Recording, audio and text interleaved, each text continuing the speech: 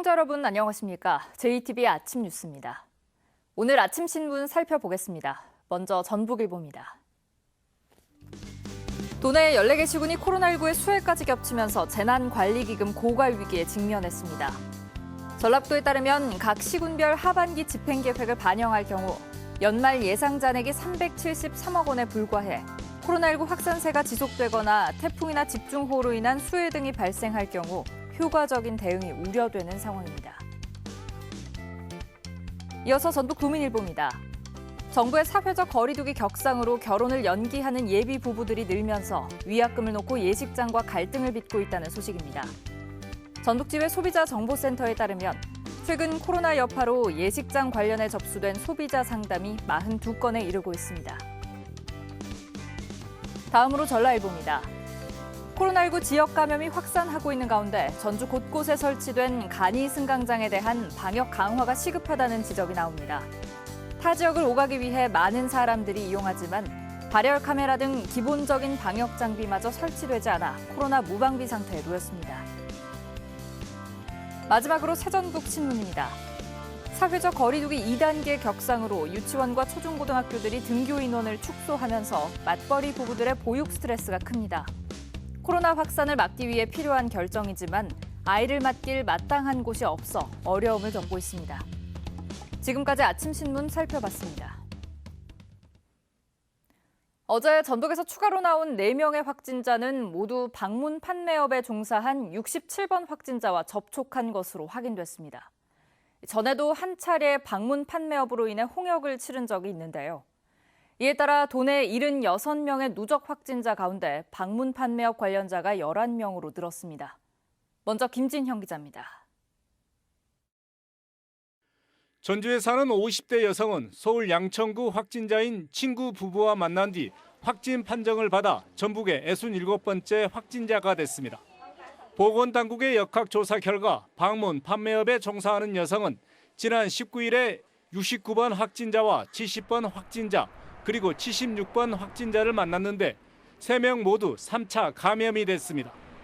이후 전주 60대 남성인 70번 확진자의 부인이 73번째로 양성 판정을 받았고 70번의 지인이 74번 확진자가 됐는데 이들 2명은 4차 감염자입니다. 이어 74번 확진자의 아들이 5차 감염을 통해 75번 확진자가 됐습니다. 방문 판매업에 종사하는 67번을 통해 5차 감염까지 확산된 결과 무려 6명의 확진자가 나온 겁니다. 확진자는 우리 도내 67번 확진자, 방문 판매업이라고 말씀을 사전에 드렸었는데요. 이분의 2차 감염자들이 되겠습니다. 방문 판매에 따른 확산은 이번이 처음이 아닙니다. 지난 6월 대전의 방문 판매업 종사자가 전주의 한 식당을 방문했는데 같은 식당에 있던 전주 여고생이 양성 판정을 받았습니다. 지난달에는 대전의 방문 판매업 확진자와 대전역 인근에서 만난 익산의 60대 여성이 확진됐습니다. 이 과정에서 대전의 확진자가 제대로 동선을 밝히지 않아 익산 60대 여성 확진자의 검사가 늦어졌고 이후 접촉자 114명이 발생하자 익산시가 고발 방침을 밝히기도 했습니다. 속옷과 관련된 부천의 방문 판매업체 확진자들은 지난달 군산을 방문해 2명의 확진자가 발생했습니다. 지금까지 방문 판매업과 관련된 전북의 누적 확진자는 모두 11명입니다. 방문 판매 업종의 특성상 여러 곳을 다니기 때문에 코로나 바이러스가 짧은 기간에도 빠르게 퍼진 것으로 보입니다. 보건당국은 지금이 위중한 상황인 만큼 방문 판매를 자제해달라고 당부했습니다. JTBC 뉴스 김진영입니다. 방역당국이 방문 판매업보다 더 많은 걱정을 하는 곳은 다름 아닌 교회입니다. 지난 16일 이후에 나온 확진자 33명 가운데 10명은 교회와 관련이 있는데요. 그래서 방역당국이 온라인 예배를 강하게 권고했지만 지난 일요일에도 종교시설의 75%는 현장 예배를 강행했습니다. 이어서 송창용 기자의 보도입니다. 지난 17일 서울 사랑제일교회 신도인 전주의 30대 여성과 군산의 60대 여성이 코로나19 확진 판정을 받았습니다. 이들을 시작으로 전북에서는 교회와 관련해 모두 10명의 확진자가 나왔습니다. 16일 이후 발생한 코로나 환자 33명의 3분의 1가량이나 됩니다. 교회가 방문 판매업 못지않게 코로나 확산의 또 다른 뇌관이 되고 있습니다. 방역당국이 온라인 예배를 강하게 권고한 이유입니다. 종교계는 비대면 온라인 예배 전환, 모든 소모임과 식사 제공 금지 등을 지켜주시기를 간절히 호소드립니다. 하지만 그제 전라북도가 교회 4,244곳 등 종교시설 4,570곳을 조사한 결과 전체의 75%인 3,442곳이 현장 예배를 강행했습니다. 교회에 오시고 싶어 하시는 분들이 많아요. 교회에서 예배 드리는 것 말고도 교인들 얼굴도 보고 친교도 하고 이제 뭐 이런 부분들. 예배는 많이 해요. 다른 교회 20명, 30명 이상 되는 교회들은 쉽지가 않더라고요.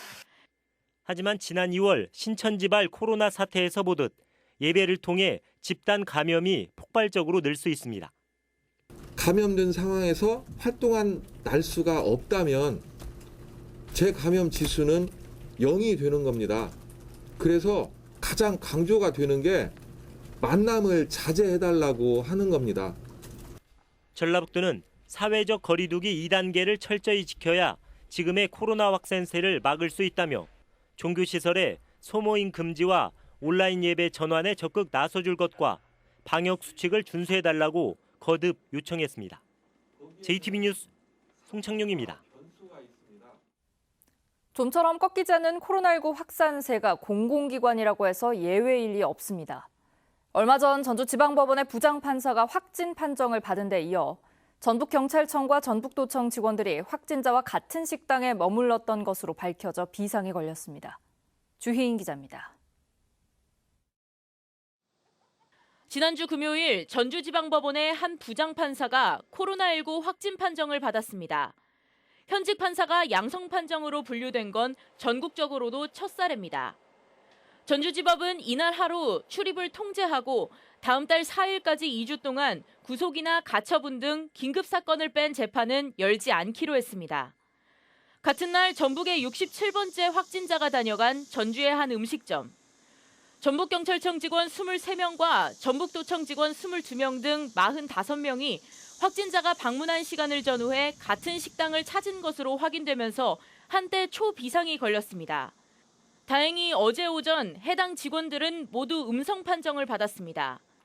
전북도청은 CCTV 확인 결과 이들을 접촉자로 보긴 힘들지만 많은 사람이 오가는 공공기관의 특성을 고려해 해당 직원들에게 다음 달 4일까지 2주 동안 재택근무를 지시했습니다.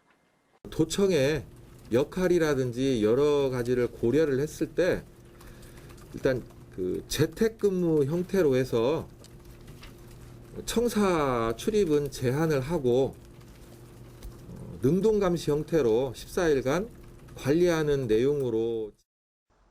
전북경찰청은 어제 하루 직원들이 속한 5개 부서를 폐쇄하고 같은 부서 직원들은 집으로 돌려보냈습니다. 음성 판정을 받은 직원들은 오늘부터 출근할 예정이지만 조금의 증상이라도 호소하면 곧바로 재택근무로 전환할 방침입니다. 공공기관이 폐쇄될 경우 행정 업무가 지연돼 민원인에게까지 피해가 돌아가는 만큼 더욱 철저한 방역 수칙 준수가 요구되고 있습니다. JTB 뉴스 주혜인입니다. 그제부터 모든 연차의 전공의들이 무기한 파업에 돌입했습니다. 아직까지는 버틸만 하지만 길어지면 진료 공백을 피하기 어려워 보이는데 코로나19 환자가 급증하면서 우려의 목소리가 나옵니다. 나금동 기자입니다. 전주의 한 종합병원. 전공의들이 진료실과 병실 대신 복도에서 피켓을 들고 있습니다. 정부의 의대 정원 확대 등에 반대하며 지난 21일 인턴과 전공의 4년차가 시작한 파업에는 모든 연차의 전공의들이 참여하고 있습니다. 전북에 전공의가 있는 병원은 전북대병원, 원광대병원, 군산의료원, 예수병원, 남원의료원 등 5곳. 전체 전공의 391명 가운데 96%가 넘는 376명이 파업에 동참했습니다. 응급실 앞에는 파업으로 진료가 지연되는 등 차질이 예상된다는 안내문이 내걸렸습니다. 파업이 길어지고 전임의들도 예고대로 파업에 동참해 진료 차질이 생길까 걱정의 목소리도 나옵니다. 타당하다고 생각을 안 해서 좀 불만이 있어요. 앞으로 해야 될 게 많은데 지금 치료받아야 될 게 많은데 그게 조금이라도 차질이 생기면 어떡하나. 전공의협의회가 코로나19 환자는 적극 진료하겠다고 밝혔지만 전라북도는 급증하는 코로나19 환자 치료에 차질을 빚지 않을까 걱정하고 있습니다. 지속되는 상황이라면 여의치 않기 때문에 공백이 매우 우려가 됩니다. 코로나19의 의심스러운 상황이라면 반드시 보건소 선별진료소로 가셔야 됩니다. 전북의 코로나19 환자 전담 병상은 전북대병원 등 3곳에 57개입니다. 최근 환자 급증으로 빈 병상이 25개로 줄자 전라북도는 군산의료원에 35개 병상을 추가로 마련합니다. 전주시 보건소는 예방접종 등 일반 업무를 전면 중단하고 선별진료소 운영에 집중하기로 했습니다. JTB 뉴스 나금동입니다. 정읍시가 자연휴양림 조성 사업 절차를 본격적으로 시작합니다. 김제시 지평선 학당이 공무원 필기시험 합격자를 대거 배출했습니다. 권대성 기자입니다. 산림청이 정읍시 용산동 일대 36헥타르를 내장산 자연휴양림으로 지정 승인했습니다. 정읍시는 이에 따라 이곳에 183억 원을 투자해 2023년까지 체험형 자연휴양림을 만드는 절차를 본격화합니다. 산림 생태를 보존하면서 휴양과 레포츠를 동시에 즐길 수 있는 산림 문화 공간을 조성해 시민 휴양은 물론 삶의 활력을 제공하는 멋진 장소로 만들어 나갈 계획입니다. 김제시 지평선학당 공무원시험 준비반이 지난 7월 실시한 국가공무원 필기시험 합격자 8명을 배출했습니다. 이에 앞서 17명은 지방직 공무원 필기시험에 합격하기도 했습니다. 이런 성과를 거두게 된 것은 학습자들 특성에 맞는 프로그램을 체계적으로 관리했기 때문이고요. 앞으로 김제 지역의 청년들을 위한 공직 등용문 역할을 하도록 적극적으로 지원하도록 하겠습니다. 남원시가 남원생활 행복수기 공모 당선작 28편을 책으로 엮어냈습니다. 책 이름은 남원 어때 살만해로 시민들의 진솔한 삶과 남원 정착 과정을 담고 있습니다. 시민들에게는 남원을 사랑하는 마음과 자긍심을 키워주고 또 남원 거주를 희망하는 분들에게는 든든한 길잡이가 되기를 기대합니다. 익산시와 지역의 12개 기관이 일자리 창출 업무 협약을 맺었습니다. 이들 기관은 구직자와 구인업체 사이의 수요에 맞춰 일자리를 만들고 고용 안정에 협력하기로 했습니다. JTB 뉴스 권대성입니다. 전북지방경찰청이 광복절 광화문 집회 인솔자 7명의 집 등을 압수수색해 확보한 휴대전화와 컴퓨터에서 삭제된 집회 참가자 명단 43명을 복원해 방역당국에 제공했습니다. 경찰은 인솔자들이 명단을 일부러 제출하지 않거나 지운 것으로 보고 보강 수사를 진행할 예정입니다. 정부가 남원에 이어 호우 피해가 큰 완주와 진안, 무주와 장수, 순창 등 5개 군을 특별 재난지역으로 지정했습니다. 또한 임실군 성수면과 신덕면, 고창군 아산면과 공읍면, 성송면 등 5개 면도 특별 재난지역으로 지정됐습니다. 이번 집중호우 피해액은 1,379억 원, 복구비는 3,025억 원으로 최근 10년 사이 단일 자연재해로는 가장 많습니다.